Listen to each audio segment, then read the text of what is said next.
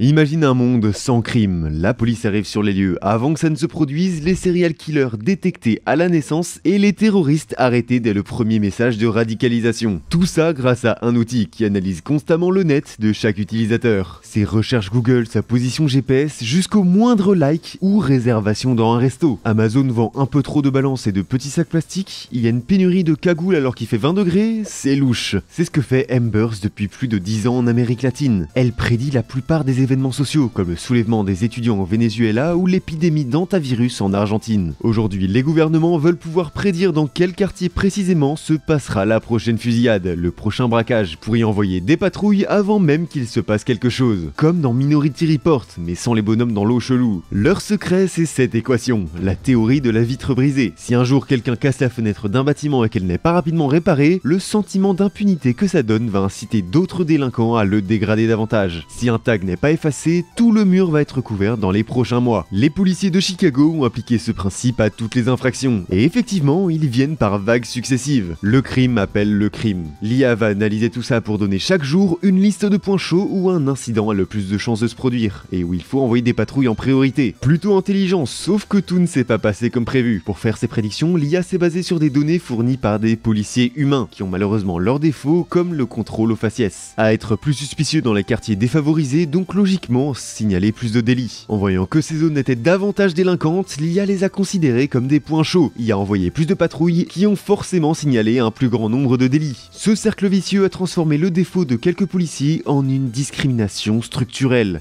Pourquoi l'IA est si mauvaise à prédire des crimes ?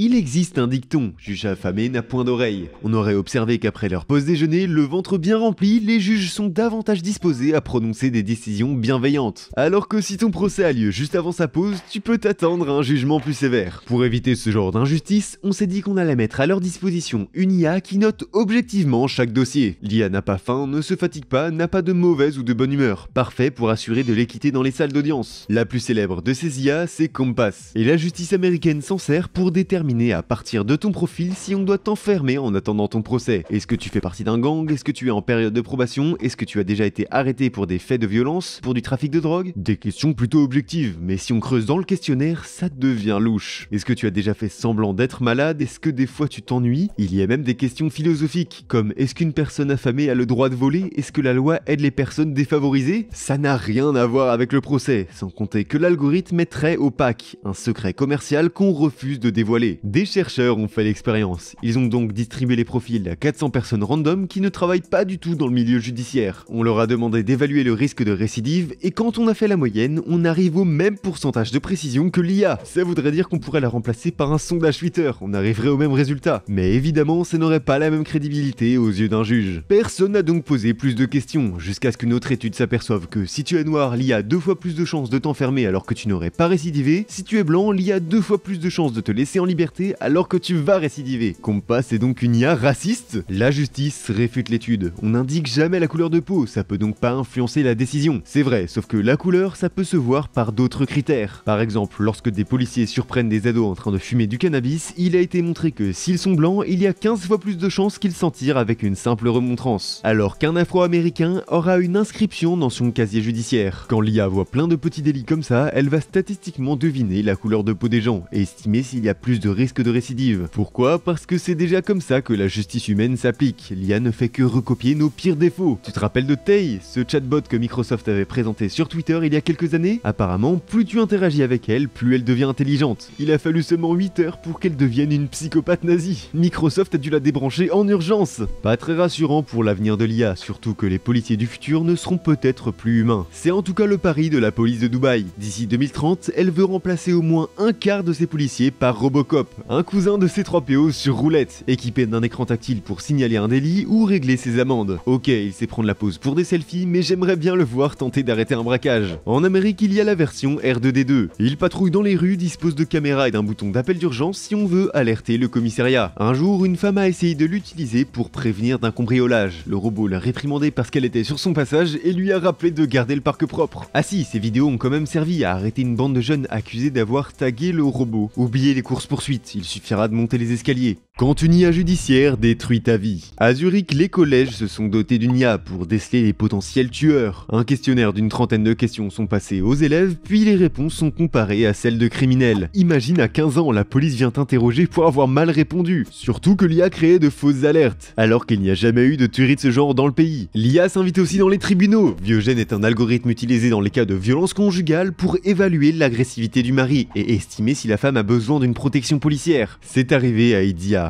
une femme espagnole où après plusieurs coups, le mari a menacé de mort sa femme et ses 2 fillettes. Heureusement, elle avait tout enregistré sur son téléphone pour que le juge prenne son cas au sérieux. Problème, l'IA ne prend en compte que les réponses à son questionnaire pour effectuer son évaluation. Elle ignore donc tout simplement la preuve accablante des enregistrements vocaux et incite le juge à ne pas lui accorder de protection. Quelques mois plus tard, le mari tue les 2 filles avant de se jeter par la fenêtre. L'IA a faussé le jugement. C'est aussi avec le fisc. Aux Pays-Bas, elle est utilisée pour détecter les profils de fraudeurs. Or, il y a quelques années, le pays a été victime d'une escroquerie de grande ampleur orchestrée par des familles bulgares. L'algorithme est donc parti du principe qu'être de nationalité étrangère était souvent un indice de fraude. Elle a donc signalé ses profils et des contrôleurs chez qui on avait retrouvé des mails xénophobes n'ont même pas pris la peine de vérifier ses soupçons et ont directement engagé la procédure judiciaire. Sauf que l'IA fonctionne par apprentissage autonome, elle apprend de ses erreurs et de ses succès. En voyant qu'elle avait eu apparemment juste sur ses profils d'étrangers, elle en a signalé par dizaines. C'est comme ça que 10 000 familles étrangères innocentes ont reçu ce courrier. Vous avez volé l'État et vous devez rembourser X 1000 €, sinon vous irez en prison. Évidemment, les familles conservées étaient souvent les plus démunies et le temps que l'erreur judiciaire soit corrigée, plus de 1000 enfants ont été placés en famille d'accueil. Des parents se sont suicidés. Il y a eu un cas encore plus tragique avec l'épidémiologiste Gary Slutkin. Sa théorie est si la criminalité était une maladie contagieuse. En étudiant les guerres de gang à Chicago, il a observé qu'un règlement de compte mettait tout le monde à cran et d'autres incidents se déclenchaient dans les jours suivants, même avec des gangs qui n'étaient pas impliqués dans le conflit initial. Comment stopper cette propagation? L'idée de Gary est de traiter les fusillades comme un virus. Dès que la première éclate, une IA va parcourir les données de la police pour identifier les cas contacts, les gens qui pourraient être reliés aux personnes impliquées pour les mettre en quarantaine. Comme ça, on stoppe la contamination dès le départ tant qu'elle est encore maîtrisable. Et ça marche, moins 67% de fusillades. Mais est-ce que tu serais d'accord qu'une IA te fiche à ton insu comme une personne contaminée par la violence à cause d'un crime dont tu n'as même pas entendu parler? C'est ce qui est arrivé à Robert McDaniel. Il n'avait rien demandé quand des policiers sont venus frapper à sa porte, parce que la veille, un ancien pote de classe avec qui il s'était fait choper en train de fumer du shit s'est fait descendre dans une fusillade. Ils lui ont fait comprendre qu'il l'avait à l'œil et lui ont donné le contact d'une assistance sociale pour l'aider à trouver un job. Ça c'est cool, ce qui l'est moins c'est que le voisinage a commencé à se poser des questions à force de voir les policiers traîner autour de chez lui. Se propage la rumeur qu'il était un indique, chargé d'informer les policiers des activités des gangs. Il s'est fait descendre. Tout ça à cause d'une IA qui l'a mal noté. Et évidemment aucun responsable. Impossible de mettre une IA en prison. Finalement, Chicago va préférer la retirer discrètement. D'autres villes ont pourtant été séduites par ce système, comme Londres qui va employer l'IA de Gangs Matrix. Avec un nom pareil, ça ne peut que mal tourner. Malgré tous ces scandales, les gouvernements semblent plus que jamais décidés à faire remplacer les policiers par des IA. Mais peut-on résumer la justice et la morale à des équations? Et si oui, jusqu'où sommes-nous prêts à donner à un algorithme le pouvoir de décider du sort d'une vie humaine?